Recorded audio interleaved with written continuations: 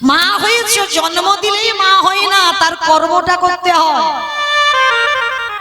জন্ম দিলেই কি মা হয়ে যাবে? যদি জন্ম দিলে মা হতো তাহলে বাবা দেবতাদের সামনে ভগবান কৃষ্ণ সেই প্রভাস যজ্ঞে গিয়ে তাহলে তো দেবকীকে মা বলে আখ্যা দিত। দিয়েছিল কি? যারা এখানে কীর্তন বোঝেন, যারা কীর্তন শোনেন, লীলা শোনেন, তারা জানেন প্রভাস যজ্ঞে যখন গেল সবার সামনে, সবাই সমস্ত দেবতাদের সামনে দেবকী মা নয় সেটা প্রমাণ করে দিল। কিরকম? 100টা কাপড় টাঙালো, একদিকে কৃষ্ণ, একদিকে দুটো মা। একটা মা জন্ম দিয়েছে, একটা মা পালন করেছে। তাহলে বলেছিল যে মার স্তনদুগ্ধ 100টা কাপড় ভেদ করে গোপালের বদনে যাবে, সেই হবে গোপালের আসল মা। আর বাবা দেবকী তো অহংকারী, গর্বিতা, অহংকার করে বলেছিল কৃষ্ণ আমি তোর মা, ভাদ্র কৃষ্ণাষ্টমী তিথিতে কংসের কারাগারে তোকে জন্ম দিয়েছি, ভালোই ভালোই আমার স্তনদুগ্ধটা খেয়ে নে। অত সোজা নয়, সে প্রেমের কাঙাল, সে ভালোবাসার কাঙাল। যে প্রেম দিয়ে বাঁধতে পারে, যে ভালোবাসা দিয়ে বাঁধতে পারে, ভগবান সারা জনম তার দাস হয়। নিতাই গৌর এইবারে যেই না দেবকী স্তনদুগ্ধ দিল, সঙ্গে সঙ্গে বাবা 99টা পর্দার কাছে গেল, একটা পর্দা দুধ আর যাচ্ছে না। কেন যাচ্ছে না? অপরাধ। সেই যে রামচন্দ্র যখন বনবাসে গেল, তখন ভরত জননী কইকেয়ী কৌশল্যা রামকে দুধ খাওয়াতে যাবে, সঙ্গে সঙ্গে দুধের বাটিটা কইকেয়ী মা ফেলে দিয়েছিল। তখনই রামের মা কৌশল্যাকে দিয়েছিল, রাম কথা দে বাবা, এর পরের জন্মে তুই আমার গর্ভে নয়, তুই তোর বিমাতার গর্ভে আসবি। তবে শোন, আসবি বটে, সন্তানের মুখে স্তনদুগ্ধ দিতে না পারলে, কোনো বস্তু দিতে না পারলে তার যে কত জ্বালা, সেই দিনে যেন তোর কইকেয়ী মা পায়নি। তাই গৌর তাহলে সেই কইকেয়ী মা হয়ে এলো দেবকী, দেবকীর গর্ভে এলো, কিন্তু স্তনদুগ্ধ পান করলো না। তাই প্রভাস খুলে প্রচার করে দিল, জন্ম দিলে মা হওয়া যায়। এইবার দেবতারা বলছে যশোদা তুমি স্তনদুগ্ধ দাও, আর সে তো বাবা ভাগ্যবতী ধরা মা। হরি বল। নয়ন জলে বুক ভাসিয়ে বলেছিল, গোপাল আমি তোর মা নয়, শুধু আমি কেন, তুই কেন, পৃথিবীর মানুষ জানি আমি তোকে জন্ম দিইনি, আমি তোকে একটু লালন পালন করেছি। তবে সত্যি যদি কোনোদিন আমায় মা বলিস, একবার এদের সামনে আমার স্তনদুগ্ধটা সেবা কর। নয়ন জলে কেঁদে যখনই স্তনদুগ্ধ দিল, 100 পর্দা ভেদ করে একেবারে গোপালের বদনে গিয়ে পড়ল। নিতাই গৌর হরি বল। আর যখনই স্তনদুগ্ধ পড়ল, গোপাল বলে উঠল, মা আমাকে তো স্তনদুগ্ধটা খেতেই হতো, কারণ আমি কথা দিয়েছিলাম সেই ধরা আমাকে। যেদিন নিজের স্তন বন্ধক দিল, বাবা ভোলানাথ মুদি দোকানদার হয়েছিল, আর সেদিন স্তন বন্ধক দিয়ে একটা স্তনে অতিথি সেবা দিয়েছিল। আর তিনি ছিলেন অতিথি রূপী নারায়ণ। নারদ মুনিকে সঙ্গে নিয়ে পরীক্ষা করতে গেল, যখনই রুধির ধারা মাটিতে পড়ল, ভগবান চালাকি করে বলেছিল, মা ধরা তুমি কি জানো না, নারী জাতি অশুচি হলে তাকে বৈষ্ণব সেবা দেওয়া নিষিদ্ধ, ভক্ত সেবা দেওয়া নিষিদ্ধ, আর তুমি অশুচি হয়ে তুমি বৈষ্ণব সেবা দিচ্ছ। করজোর করে ধরা মা বলেছিল, আমি অশুচি নই বাবা। তাহলে রুধির ধারা মাটিতে কি করে পড়ল?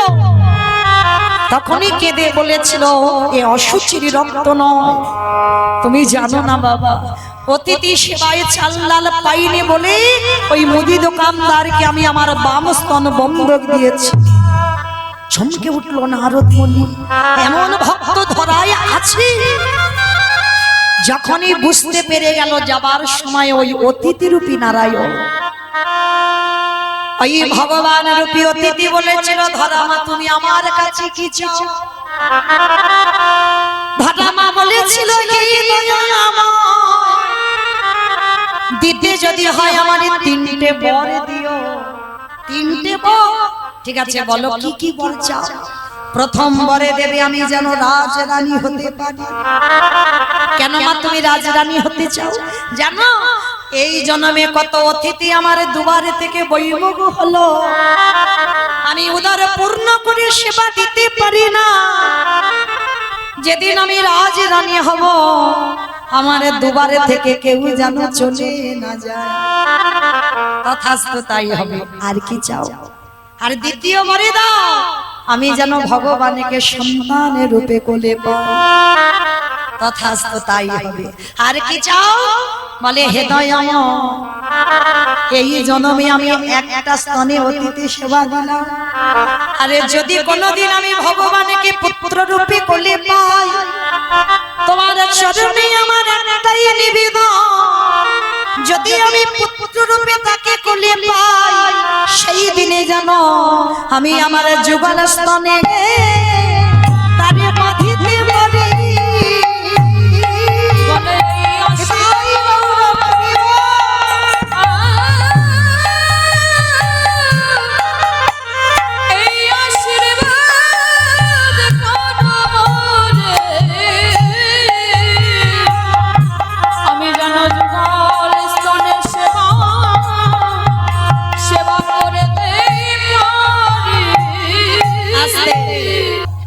মনে রাখতে হবে মা, সন্তান জন্ম দিলে এমন সন্তান জন্ম দাও।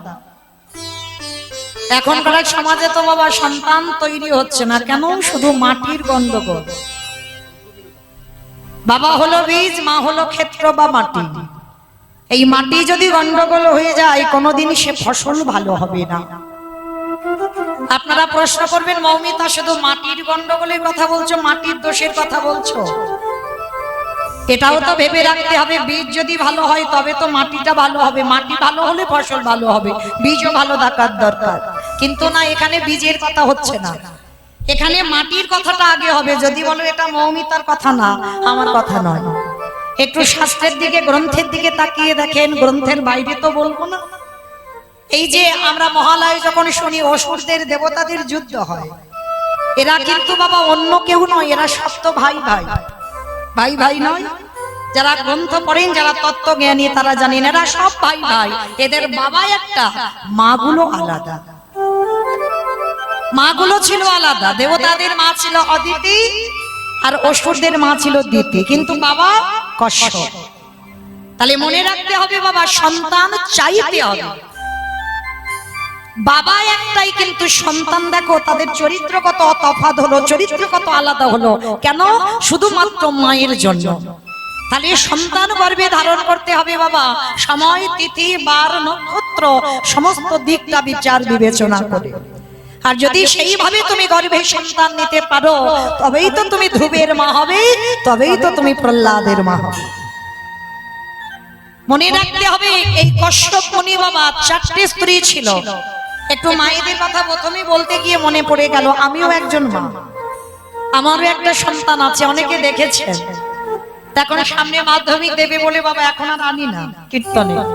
তো যাই হোক, এই যে মায়ের কথা বললাম বলে প্রথমেই মায়ের কথা বলি বাবা, সন্তান চাইতে হয় স্বামীর কাছে। এ যেমন তেমন ভাবে সন্তান নেওয়া হবে না, তবেই তো সে সন্তান কৃষ্ণ বলা পাখি হবে, তবেই তো সেই সন্তান শেষের দিনে তোমাকে হরি কথা, কৃষ্ণ কথা কানে শোনাবে।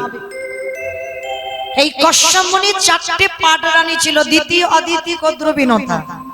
এই 4টে পাটরানীর মধ্যে বাবা স্ত্রীদের বিবাহ করে রেখে কশ্যপ মুনি 12 বছর তপস্যায় চলে গেল। এরা তো আপনাদের আমাদের মতো কোনো সাধারণ মানুষ নয়, সাধারণ পুরুষও নয়, এরা যোগী পুরুষ, মানে যোগ বলে সাধনা করে সাক্ষাৎ ভগবান দর্শন পায়। তো 12 বছর তপস্যায় গেল। তার তপস্যায় গিয়ে যখন বসলো, 4টে স্ত্রী ঘরে বসে বসে কাঁদছে। কেন কাঁদছে? একটা দিন নয়, দুটো দিন নয়, 12 বছর হয়ে গেল স্বামী ফিরছে না। তা যখন 4টে স্ত্রী বসে বসে কাঁদছে ঘরে, ওদিকে বাবা কশ্যপ মুনির তপস্যায় ব্যাঘাত হচ্ছে, চঞ্চলতা হয়ে যাচ্ছে। কি ব্যাপার? এরা 4 জনই ঘরে বসে কেন কাঁদে? তা 12 বছর পর স্বামী ফিরে এসেছে। স্বামী এসে 4 জন স্ত্রীকে জিজ্ঞাসা করলো, হ্যাঁ গো তোমরা যদি এমন ভাবে কান্নাকাটি করো, আমি কি করে তপস্যা করব, আমি কি করে সাধন ভজন করব? তোমরা আমার সাধন ভজনে বাধা দিচ্ছ। তোমরা তো জানো সবার আগে আমার সাধন ভজন, তারপরে তোমরা।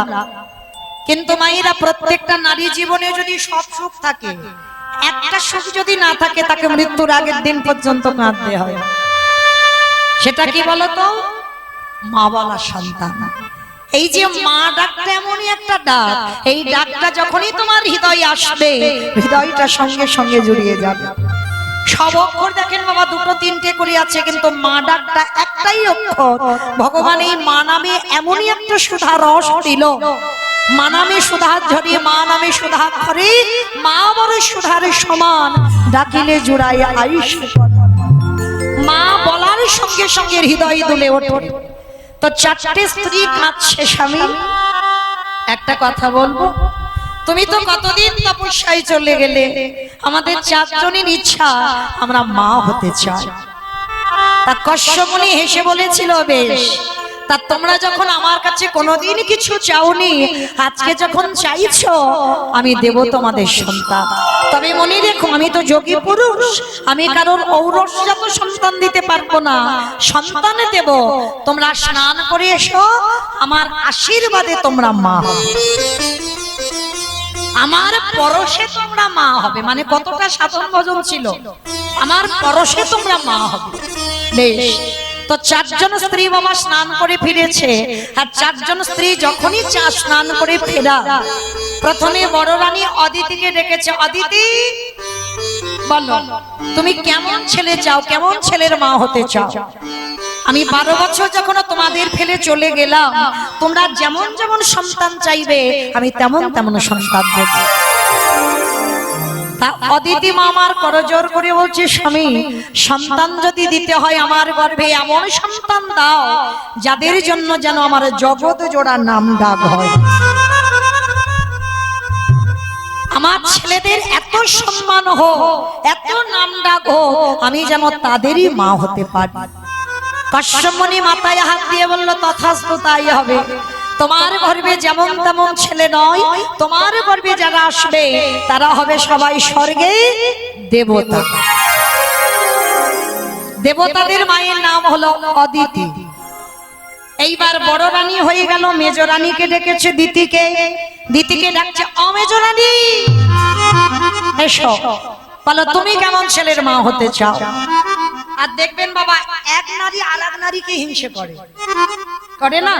যেটা পুরুষদের মধ্যে নেই বাবা, সেটা কিন্তু নারীদের মধ্যে আছে। তো যেই না বড় দিদি বর চেয়ে নিয়েছে আগে, দিদি রেগে গিয়ে বলে উঠলেন, আমি আর কি চাইবো? তুমি তো ভালোটা আগে বর দিদিকে দিয়ে দিলে, আমার ভাগে আর কিছু আছে? আরে বাবা, তুমি রেগে যাচ্ছ কেন? বলো না তুমি কেমন ছেলের মা হতে চাও? আমি তো কথা দিয়েছি তোমাদের, তোমরা যেমন যেমন ছেলের মা হতে চাইবে, আমি তেমনই সন্তান দেব।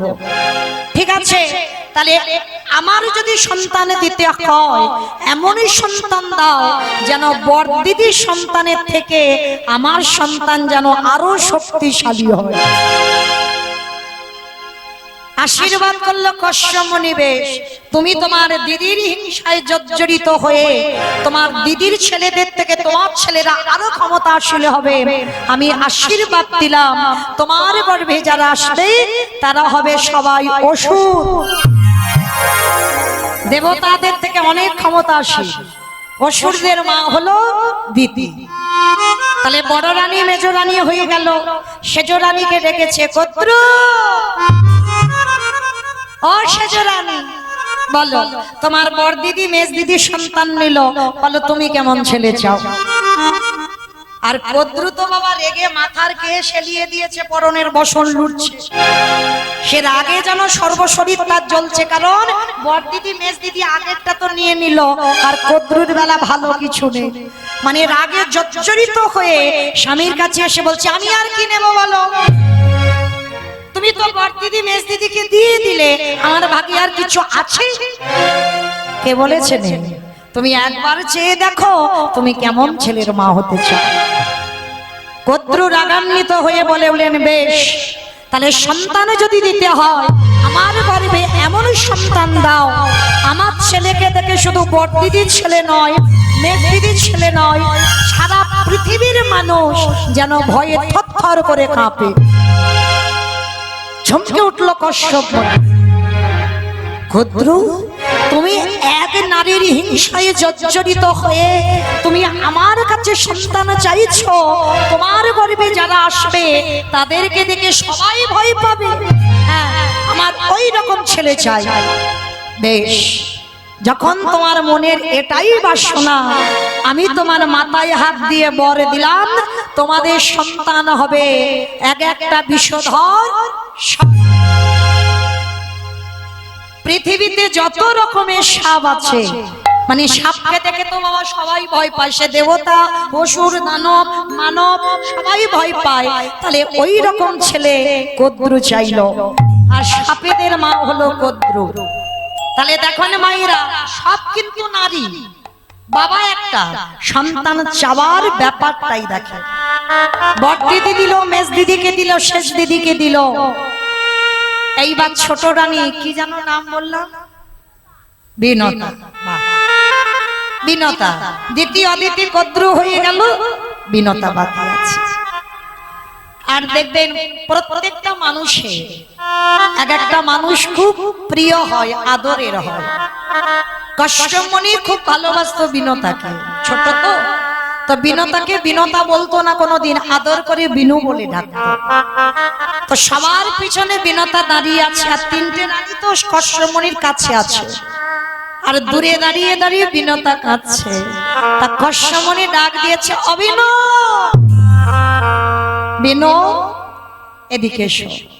কি গো, তোমার বড় দিদি, মেজ দিদি, শেষ দিদি এখানে, আর তুমি ওই রকম করে কাঁদছো।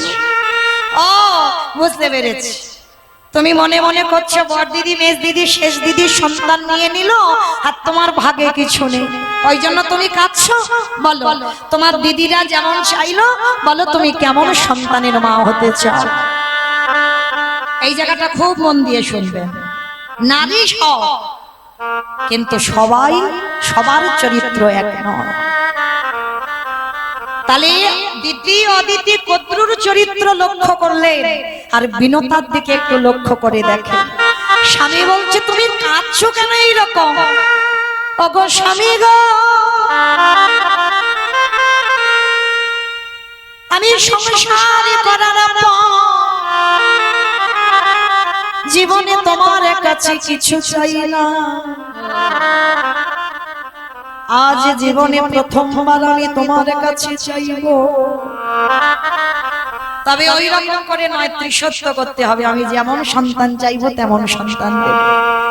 ঠিক আছে রে বাবা, ওদের দিলাম আর তোমার দেব না, আবার ত্রিসত্য করার কি আছে? না, আগে করতে হবে আদরের। তো কশ্যপমণি ত্রিসত্য করলো, তুমি যেমন সন্তান চাইবে আমি তেমন সন্তান দেব।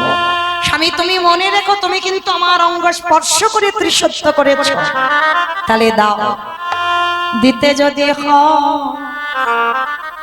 বড় দিদির মতো আমার ছেলে চাই না,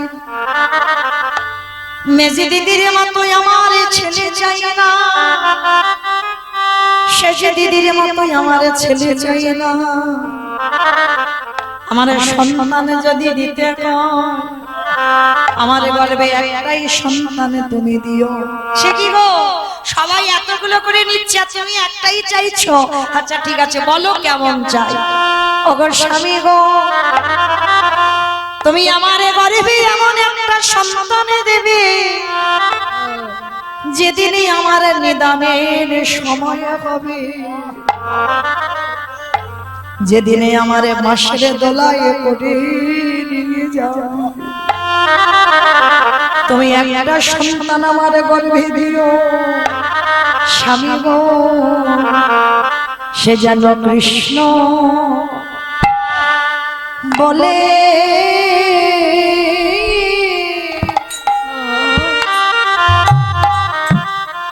বলে কাঁদিতে পারে। নিতাই গৌর হরি বল, হরি বল, হরি বল, হরি বল।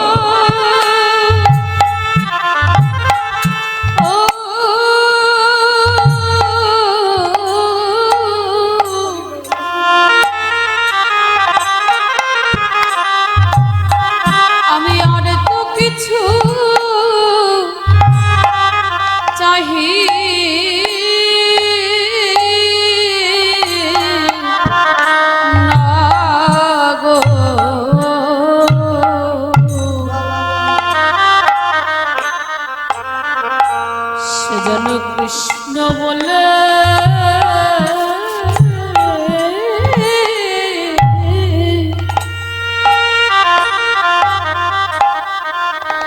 বলে কাঁদিতে পারে সে যেন সারা জীবন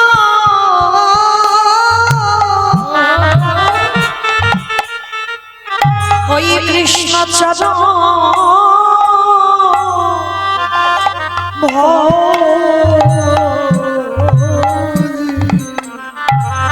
সে যেন কৃষ্ণ বলে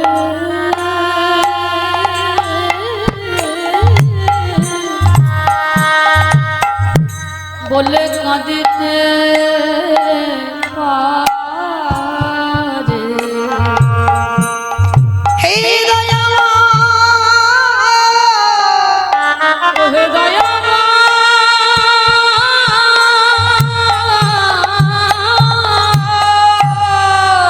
মাটি কেমন হতে হয় দেখেন ভগবানের কাছে চাইতে হয় এমন একটা সন্তানে দিয়া এমন একটা সন্তান দিও যদি কোনদিন আমার জিহ্বা হতে কৃষ্ণ নামে ভুলে যায় কৃষ্ণ নাম ভুলে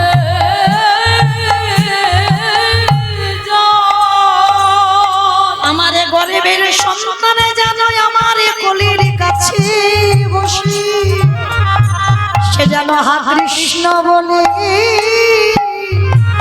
বলে কাঁদিতে পারে। সে যেন কৃষ্ণ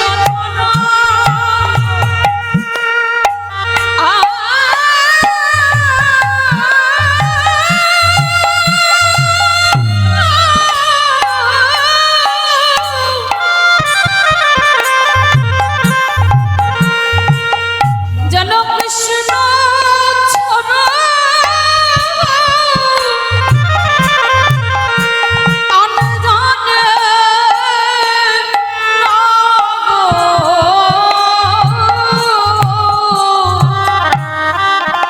যেন কৃষ্ণ বলে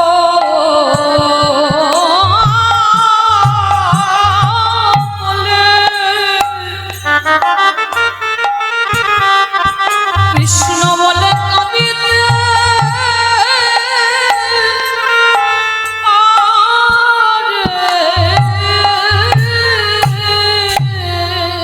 মায়েরা দুজনে যদি ভজনে না নামে তাহলে কি সে সন্তান কোনোদিন ভালো হয়? যদি একজন নাস্তিক হয় একজন ধর্মের পথে থাকে সে সন্তান হয় না। তাহলে কশ্যপ মুনি বিনতার চোখের জলে দেখে বিনতাকে হৃদয়ে ধরে বলেছিল বিপি গো তোমার মতো ঘরণী যেন আমি জনমে জনমে পাই। তাই আমি স্বামী হয়ে তোমার এই দ্বাদশীর দিনে আমি তোমার মাথায় হাত রেখে আশীর্বাদ করলাম তুমি যেমন তেমন সন্তানের মা হবে না, তুমি দুটো সন্তানের মা হবে। একটা হবে ওই সূর্যের বাহন অরুণ পাখি, আরে একটা হবে তোমার গর্বে গরুর পাখি। যে গরুর হবে বিষ্ণু বাহন, সারা জীবন ভগবানকে ওরে কাঁধে করে বয়ে বেড়াবে। তাই গৌর হরিব।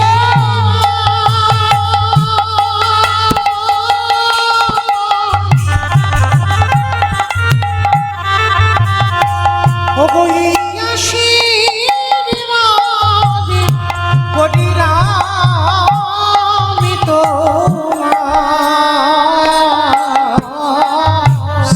ভগবানকে কাঁধে করে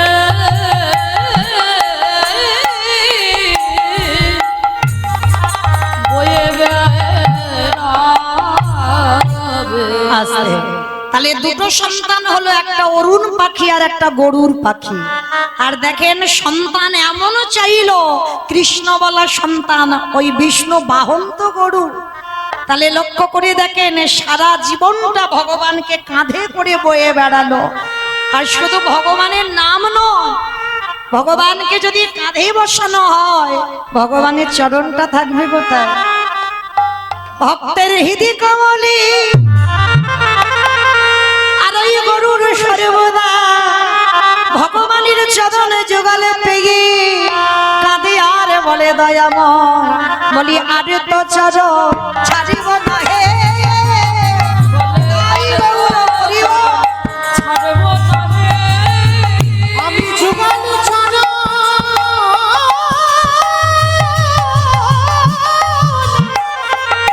আমি যুগল চরণ হৃদয় ধরি না বলে আর তো চরণ ছাড়ব না হে।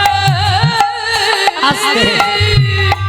তাহলে মায়েরা প্রথম আসরে দাঁড়িয়ে মনে পড়ে গেল মায়ের কথা, তাই বলতে গিয়ে একটু টাইম লেগে গেল, সময় লাগলো। তাহলে সন্তান চাইতে হয় ভগবানের কাছে। তো আজকে যে বাবার আত্মার শান্তি কামনার্থে প্রতি বৎসরের ন্যায় যে দাদা ভাই কীর্তনের আয়োজন করে, সন্তান জন্ম দিতে হয়। এই রকম সন্তান অর্থ তো সবার থাকে বাবা, সেই অর্থ ধর্মীয় কাজে সাধুগুরু বৈষ্ণবের সেবায় ভক্ত সেবায় কিঞ্চিত ব্যয় করতে হয়। কারণ তুমি যদি সেই অর্থ ভগবত সেবায় না লাগাও বাবা, শেষের দিনে গিয়ে তুমি জবাবটা দেবে কি? শুধু এলাম খেলাম আর ঘুমালাম চলে গেলাম, কর্ম কিছু হলো না। কিন্তু মনে রেখো, কর্ম প্রত্যেককে করতে হবে, সাথে তো যাবে তোমার কর্মফল, আর কিছু যাবে না। কতদিন তুমি হরিবাসরে বসেছ, কতদিন কৃষ্ণ বলে কেঁদেছ, কতদিন একাদশী করেছ, কতদিন ভগবানের চরণে তুলসী দিয়েছ, এই ভালো ভালো কর্ম তোমার সাথ যাবে। তবে বাবা আর একটা জিনিস তোমার সাথে যাবে, সেই গ্যারান্টিটা আমি দেব।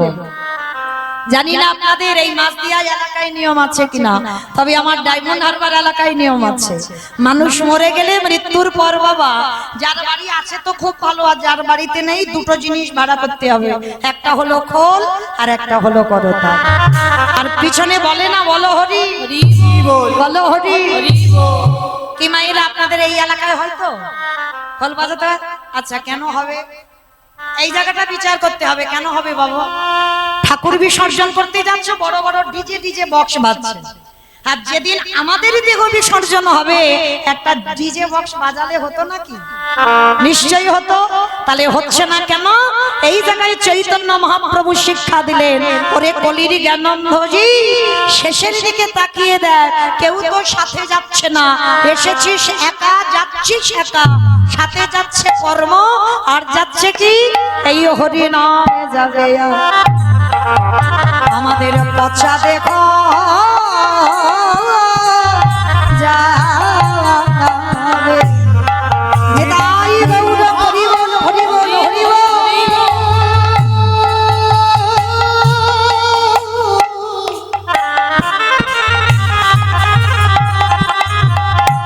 যেদিন তুমি ভাবো পারে পারে যাবে, সেই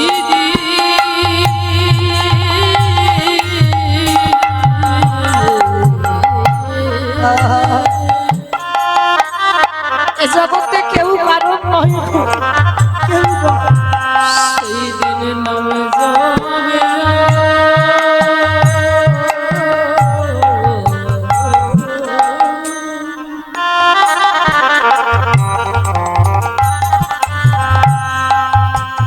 এই পচা দেহ ও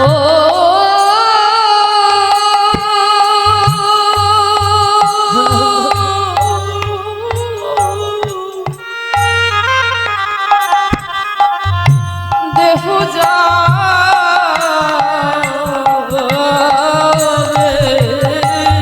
মনে রেখো মা, সংসার তোমার কিছু দেবে না গো, সবাই স্বার্থপর।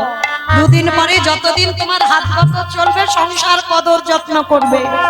তাই সময়ে থাকতে থাকতে বলো আগে ভাগে আমি জানাই রাখলাম আমাদের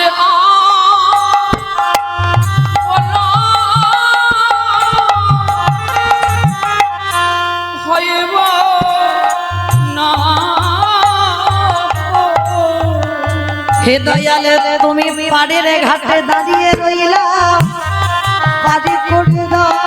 তুমি তো পারে করে দাও লওনা করি।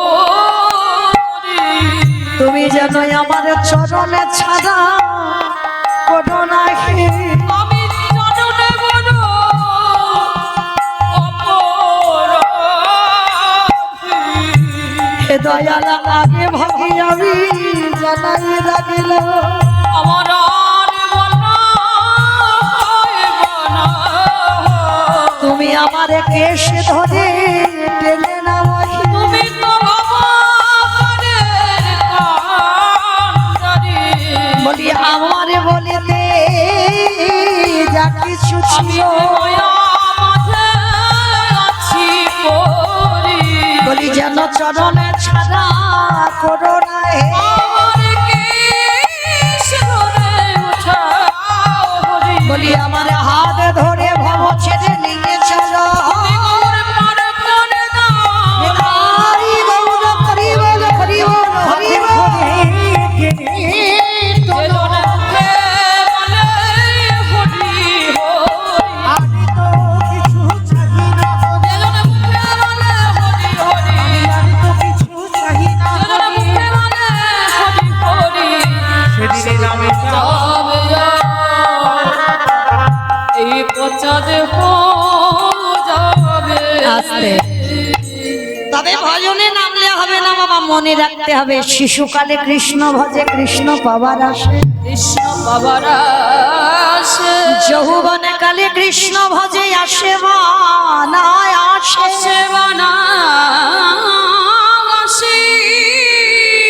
বৃদ্ধকালে কৃষ্ণ ভজে জমেরা তার আসি। জমের তার আসে। মনে রেখো কলির জ্ঞানন্দজি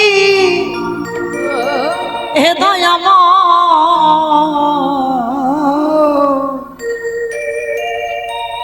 রাধারানী বলেছিল ললিতা রে, ভজন যদি করতে হয় সকালে সকালে ভজন কর। আমাইরা এই জায়গাটা খুব মন দিয়ে শুনবেন কেমন। কুড়ি ভুলে সেবা হয় না, আবার বাসি ভুলে সেবা হয় না।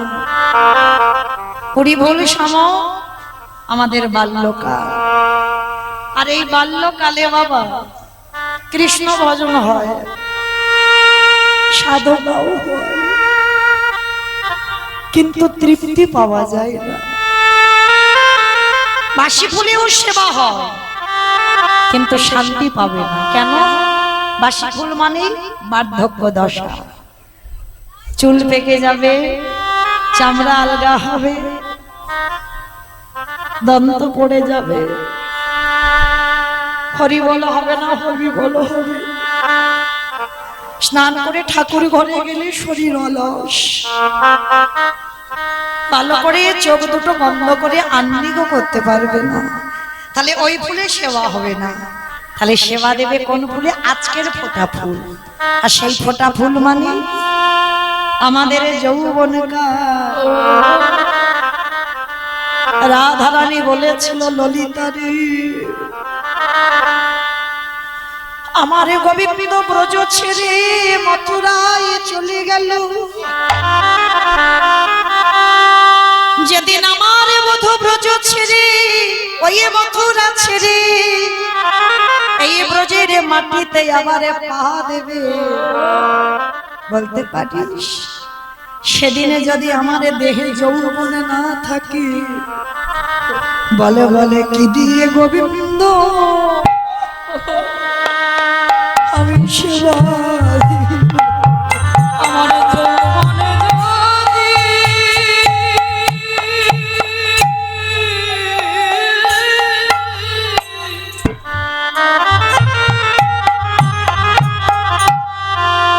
সেদিনে আমার যৌবন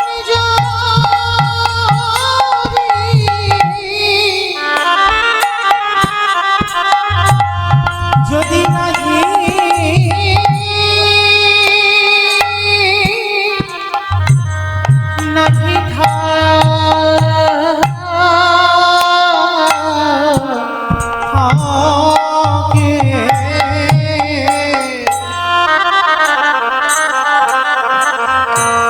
বলি বলি গিরি গোবিন্দ নিতাই গৌর প্রেমানন্দে হরি বল। গোবিন্দ সেবা দেব আমার ওরে ললিতা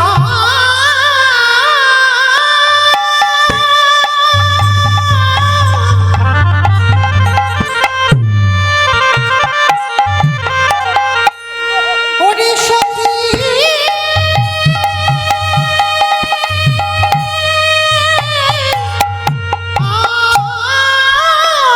নিতাই গৌর প্রেমানন্দে হরি বল, হরি বল। সেদিন যদি আমার যৌবন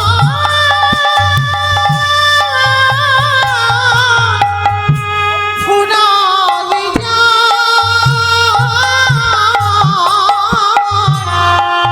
আমারে প্রাণনাথে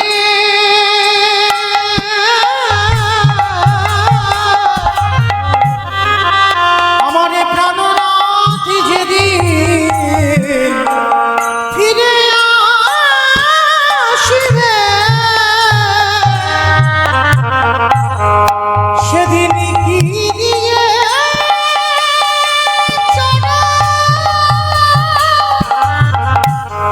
আমি সেবা করিব। তাই ললিতা রে, যদি ভজন করতে হয় সকাল সকাল ভজন করে রে, ওরে বিকাল করালে আর সাধন ভজন হবে না। আমার সাধনে ভজন হবে না। আমাইরা এই সকাল সকাল নামতে হবে, এই কথা বলতে গিয়ে বাবা মনে পড়ে গেল ভগবানকে যে ভালোবাসবো সবার আগে আমাদের বিশ্বাসটা থাকা দরকার। এই যার হৃদয়ে বিশ্বাস নেই সে এ জনমে কেন সারা জনম যদি মাথা ঠুকে ঠুকে কাঁদে তবু বাবা কৃষ্ণ কৃপা হবে না। জানি তাই জয় রাধেশ্যাম, জয় জগন্নাথ, জয় মহাপ্রভু, হরে কৃষ্ণ। সমবেত শুধু কৃষ্ণ অনুরাগী, গৌর অনুরাগী, মাতৃমণ্ডলী, পিতৃমণ্ডলী, আহুত নাহুত ভাগত এই গ্রামবাসী বৃন্দ, যারা আমার রাধা গোবিন্দে, যারা আমার গৌর নিতাই রাতুল চরণ আশ্রয় গ্রহণ করেছেন, তাহাদের সবাকার চরণে রইল আমার কোটি কোটি দণ্ডবত। তারপরে জানাই এখানে যত সাধু গুরু ব্রাহ্মণ বৈষ্ণব আছেন তাহাদের সেই পাপ পদ্মে রইল আমার ভক্তিপূর্ণ দণ্ডবত। তারপরে জানাই মা, আমি আমার পিতা মাতার চরণে, আমার শিক্ষা গুরু দীক্ষা গুরুর চরণে অনন্ত কোটি কোটি দণ্ডবত প্রণাম। তারপরে যাদের কথা না বললে বাবা সব থেকে বড় ভুল হয়ে যাবে, সব থেকে বড় অপরাধ হয়ে যাবে। যে বাড়িতে আজকের এই যে মহানাম যজ্ঞের অনুষ্ঠান প্রতি বৎসরের ন্যায় হয়, এসেছিলাম বাবা একটা বৎসর আগে, আবার মাঝে একটা বৎসর আসা হয়নি, আবার একটা বৎসর পরে আপনাদের মতো ভক্ত পদধূলাই এসেছি যে দাদা ভাই প্রতি বৎসরের ন্যায় এই হরিনাম মহাযজ্ঞের আয়োজন করে, এমনকি আপনাদের মতো সাধুগুরু বৈষ্ণবদের সেবার ব্যবস্থাও রাখেন। প্রত্যেকের জন্য কীর্তনের শেষে প্রসাদের ব্যবস্থা রেখেছেন। তো আগে থেকেই বলে দিই বাবা, প্রত্যেকে প্রসাদ পেয়ে তবে যাবেন। তো আজকে যে বাড়িতে কীর্তনের আয়োজন, ঈশ্বর সুরত চন্দ্র সাহা, যাহার আত্মা শান্তি কামনার্থে আজকের প্রতি বৎসরের ন্যায় তারই সন্তান আজকের এই হরিনাম মহাযজ্ঞের আয়োজনটা করে। মা কল্পনা সাহা, সুব্রত সাহা, রত্না সাহা, সৌমিলি সাহা, সঞ্চালী সাহা, সুমিত্রা সাধুকা, সীমা গোড়াই, যাদের ঐক্লান্তিক প্রচেষ্টায়, যাদের উদ্যোগে আজকের প্রতি বৎসরের ন্যায় এই মহানাম যজ্ঞের অনুষ্ঠানটা হয়। আমার হৃদয়ে যতটুকু প্রেম ভক্তি আছে আমার রাধারানীর কাছে জানাবো, যেন অন্তিম সময়ে যেন আমার রাধারানীর চরণ প্রাপ্তি পায়।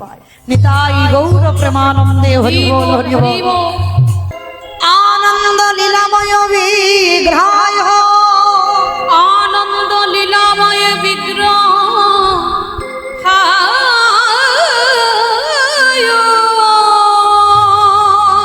হে মহাবদিব্যৎসবি সুন্দরায় হে মাভ দিব্য ছবি সুন্দরায় তস্मै মহাপ্রেম রস প্রদায় চৈতন্য চন্দ্রায় নমো নমস্তে চৈতন্য চন্দ্র হৃদয় গৌর হরি বল, হরি বল, হরি বল। নমো নমস্তে আজি জীবের নিস্তার লাগি নিস্তার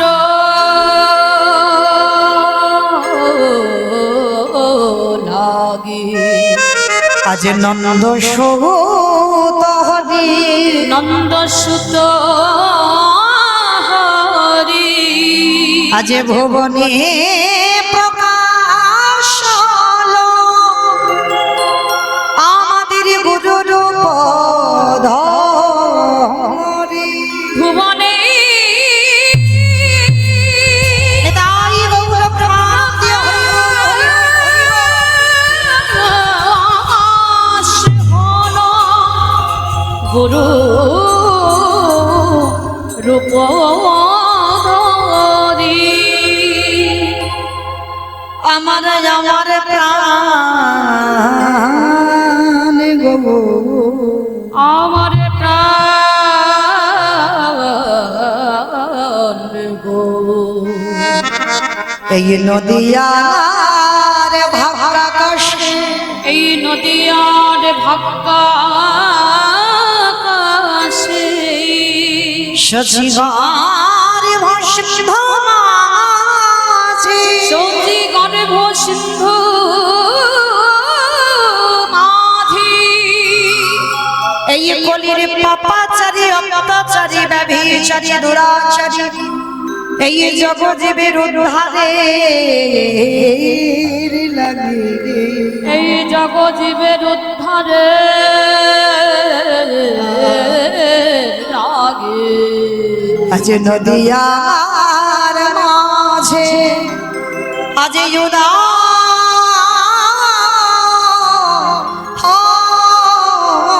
হলে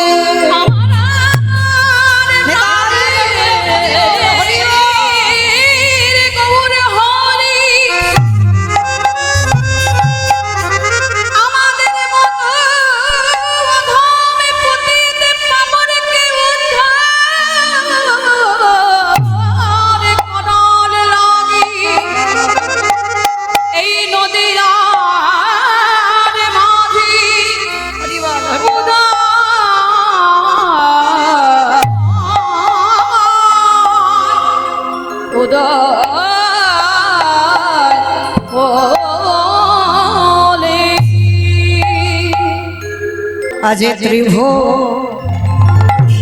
বন করে জাগার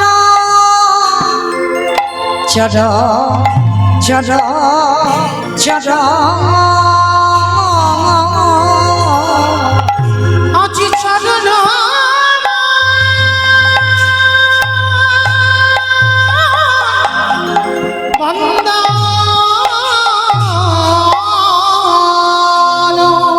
আজ উদা হয়েছে আজ উদয়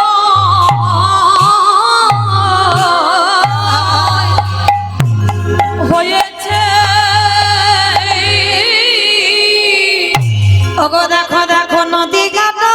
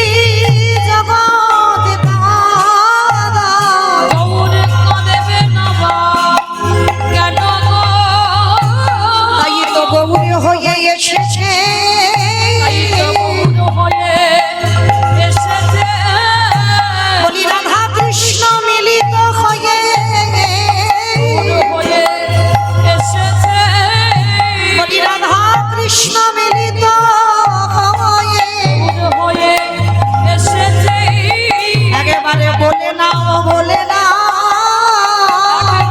বলে না বলে না একেবারে বলে নাও বলে না বলে না বলে না বলি এমন জনম আর হবে না বলে না বলে না বলি এমন দেহ আর পাবে না বলে না এ যে প্রকৃতই প্রকৃতি ওই প্রকৃতি বলি রাধা কৃষ্ণ একাকৃতি প্রকৃতি প্রকৃতি বলি রাধা কৃষ্ণ একাকৃতি প্রকৃতি প্রকৃতি আমাদের হবে না আর হবার না খবর নাই আজ মার খাবো গৌর খনি আমাদের হবে না আর হবে না ওই না পায়ে ধরা গৌর হরি হবে না ওই না যেচে সেদে নাম বিলা হবে না ওই না দাঁড়ে দাঁড়ে নাম বিলা হবে না ওই না পায়ে ধরে নাম বিলা হবে না আজ ধুলাই করা গড়িয়া হবে না মুখে হরি হরি হরি বলে মুখে হরি হরি হরি বলে হরি বল হরি বল হরি হরি হরি বলি হবে না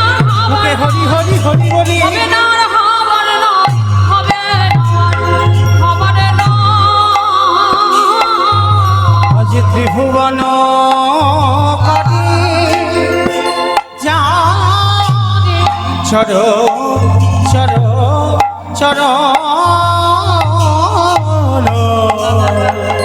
আজ চরণ